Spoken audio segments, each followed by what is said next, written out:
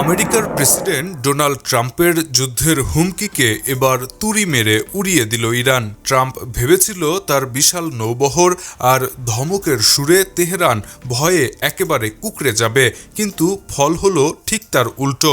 ইরানের পার্লামেন্টের speaker Mohammad বাকের Ghalibaf এবার ট্রাম্পের চোখের দিকে তাকিয়ে এমন এক পাল্টা হুঁশিয়ারি দিয়েছেন যা শুনে হোয়াইট হাউসের ভিত কেঁপে উঠতে পারে। বুধবার গভীর রাতে সিএনএনকে দেয়া এক সাক্ষাৎকারে গালিবাফ ট্রাম্পকে উদ্দেশ্য করে সাফ জানিয়ে দিয়েছেন, আগুন নিয়ে খেলার দুঃসাহস দেখাবেন না। গালিবাফের বার্তা ছিল অত্যন্ত পরিষ্কার এবং ভয়ঙ্কর। তিনি ট্রাম্পকে স্মরণ করিয়ে দিয়েছেন যে যুদ্ধের বোতাম টিপে দেওয়া খুব সহজ, কিন্তু সেই যুদ্ধের পরিণাম কি হবে তা ট্রাম্পের কল্পনাতেও নেই। তিনি সরাসরি বলেছেন, যুদ্ধ শুরু করাটা হয়তো আপনার হাতে, কিন্তু সেটা কিভাবে শেষ হবে তার নিয়ন্ত্রণ আর আপনার হাতে থাকবে না। অর্থাৎ আমেরিকা যদি ইরানে একটি গুলিও ছোড়ে, তবে ইরান পাল্টা এমন আঘাত হানবে যে সেই আগুন নেভানোর ক্ষমতা ট্রাম্পের আর থাকবে না। পরিস্থিতি এখন বারুদের স্তূপের মতো। একদিকে ট্রাম্প দাবি করেছেন যে বিশাল এক নৌবহর ইরানের দিকে ধেয়ে আসছে এবং সময় ফুরিয়ে যাচ্ছে। অন্যদিকে ইরানের শীর্ষ নেতারা জানাচ্ছেন তারা আমেরিকার এই গায়ের জোরের কাছে মাথা নত করবেন না। গালিবাফ স্পষ্ট করেছেন, ইরান কোনো দুর্বল রাষ্ট্র নয় যে ধমক দিলেই তারা সাদা পতাকা ওড়াবে। ট্রাম্পের ওই বিশাল রণতরী বা পারমাণবিক হুমকির জবাবে ইরান যে মানসিকভাবে পুরোপুরি প্রস্তুত তা এই বক্তব্যের মাধ্যমে ফুটে উঠেছে। কিন্তু প্রশ্ন হলো, ইরান কি আসলেই আলোচনা চায়, নাকি যুদ্ধের ময়দানকেই তারা বেছে নেবে? গালিবাফ জানিয়েছে আলোচনার পথ খোলা আছে, কিন্তু সেখানে রয়েছে এক বিশাল এবং কঠিন শর্ত। আমেরিকা চাইলেই ইরানকে আলোচনার টেবিলে বসাতে পারবে না। ঠিক কি সেই শর্ত যা না মানলে ইরান এক চুলো নড়বে না? ট্রাম্পের কূটনীতিকে কিভাবে অকেজো বলে ছুঁড়ে ফেললেন ইরানি এই স্পিকার, সেই বিস্ফোরক তথ্য থাকছে ভিডিওর ঠিক পরের অংশে। গলায় ছুরি ধরে কোনো আলোচনা হয় না। আমেরিকার তথাকথিত শান্তির প্রস্তাবকে এভাবেই প্রত্যাখ্যান করলেন ইরানের স্পিকার মোহাম্মদ বাকের গালিবাফ। তিনি স্পষ্ট জানিয়ে দিয়েছেন, ডোনাল্ড ট্রাম্প বল প্রয়োগের মাধ্যমে যে আলোচনা চাপিয়ে দিতে চাইছেন তা কোনোভাবেই গ্রহণযোগ্য নয়। সিএনএন এর সাক্ষাৎকারে গালিবাফ আমেরিকার দ্বিমুখী আচরণের মুখোশ একদম টেনে খুলে ফেলেছেন। তিনি অভিযোগ করেছেন, ওয়াশিংটনের মুখে কূটনীতির কথা বললেও বাস্তবে তারা শক্তি প্রয়োগ করে কূটনীতিকেই হত্যা করেছে। গালিবাফ অত্যন্ত ক্ষোভের সাথে উল্লেখ করেছেন, ইরানের সঙ্গে ষষ্ঠ দফা আলোচনার ঠিক 2 দিন আগে আমেরিকা আলোচনার টেবিলেই রূপক অর্থে বোমা মেরেছিল।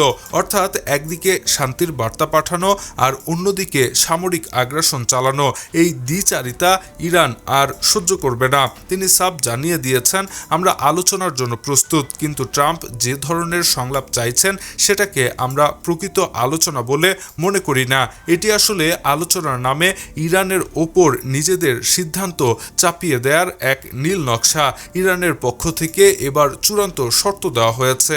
গালিবাফ দ্ব্যর্থহীন কণ্ঠে বলেছেন, যতক্ষণ পর্যন্ত ইরানের সাধারণ জনগণের অর্থনৈতিক অধিকার নিশ্চিত করা না হবে ততক্ষণ কোনো আলোচনাই হবে না।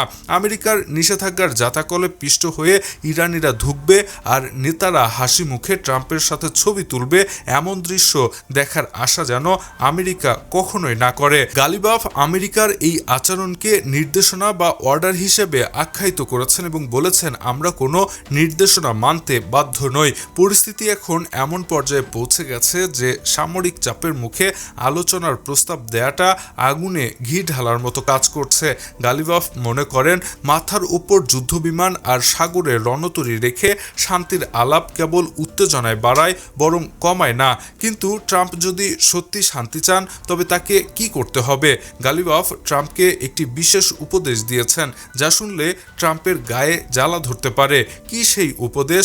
নোবেল শান্তি পুরস্কারের প্রসঙ্গ টেনে ট্রাম্পকে কি খোঁচা দিলেন তিনি, জানুন ভিডিওর শেষ অংশে। মূলত ইরানের হুঁশিয়ারির শেষ পেরেকটি ছিল ডোনাল্ড ট্রাম্পের ব্যক্তিগত উচ্চাকাঙ্ক্ষার ওপর এক সরাসরি আঘাত। ইরানের পার্লামেন্টের স্পিকার মোহাম্মদ বাকের গালিবাফ ট্রাম্পকে উদ্দেশ্য করে এক চরম কটাক্ষ ছুড়ে দিয়েছেন। তিনি বলেছেন, ট্রাম্প যদি সত্যি নোবেল শান্তি পুরস্কার পাওয়ার স্বপ্ন দেখেন তবে তাকে তার চারপাশের যুদ্ধবাজ এবং আত্মসমর্পণের পক্ষপাতী উপদেষ্টাদের ঝেঁটিয়ে বিদায় করতে হবে। গালিবাফের মতে, ট্রাম্প যাদের দ্বারা পরিবেষ্টিত হয়ে আছেন তারা শান্তি চায় না, তারা চায় রক্তপাত আর ধ্বংস। এই মন্তব্য এমন এক সময় এসেছে যখন ট্রাম্প বারবার দাবি করছেন যে সময় শেষ হয়ে আসছে এবং ইরানকে এখনই সিদ্ধান্ত নিতে হবে। কিন্তু গালিবাফ বুঝিয়ে দিয়েছেন, যুদ্ধের ছায়ায় দাঁড়িয়ে কোনো সঠিক সিদ্ধান্ত নেওয়া সম্ভব নয়। তিনি সতর্ক করে বলেছেন, যুদ্ধের ছায়ায় পরিচালিত আলোচনা কেবল উত্তেজনায় বাড়ায়। অর্থাৎ ট্রাম্প যদি মনে করেন যে বিশাল নৌবহরের ভয় দেখিয়ে তিনি ইরানকে দ্রুত কোনো চুক্তিতে সই করাবেন, তবে তিনি বোকার স্বর্গে বাস করছেন। ইরান এই মনস্তাত্ত্বিক চাপে ভেঙে পড়ার পাত্র নয়। গালিবাফের এই বক্তব্যের সারমর্ম হলো, আমেরিকা যদি সম্মানজনক পথে না হাঁটে তবে সংঘাত অনিবার্য। তিনি ট্রাম্পকে তার নিজের পাতা ফাঁদে পা না দেওয়ার পরামর্শ দিয়েছেন, কারণ ট্রাম্প হয়তো যুদ্ধ শুরু করার ক্ষমতা রাখেন, কিন্তু সেই যুদ্ধের দাবানল যখন ছড়িয়ে পড়বে তখন তা নিয়ন্ত্রণ করার সাধ্য আমেরিকারও থাকবে না। গালিবাফের এই কঠোর বার্তা কি ট্রাম্পের কানে পৌঁছাবে, নাকি তার যুদ্ধবাজ উপদেষ্টাদের পরামর্শে তিনি সত্যি ইরানের ওপর হামলার নির্দেশ দেবেন? সমুদ্রে আমেরিকার বিশাল রণতরী এগিয়ে আসছে আর তেহরান থেকে ভেসে আসছে প্রতিরোধের বজ্রকণ্ঠ। দুই পক্ষই এখন মুখোমুখি অবস্থানে। যে কোনো মুহূর্তে একটি ছোট ভুল স্ফুলিঙ্গের মতন কাজ করতে পারে, যা পুরো মধ্যপ্রাচ্যকে জ্বালিয়ে দেবে। ইরান জানিয়ে দিল তারা প্রস্তুত। এখন সিদ্ধান্ত ট্রাম্পের হাতে। তিনি কি নোবেল শান্তির পথে হাঁটবেন, নাকি ইতিহাসের এক ধ্বংসাত্মক যুদ্ধের নায়ক হবেন? বিশ্ব এখন সেই উত্তরের অপেক্ষায়। Shahriar Alam, EBD news.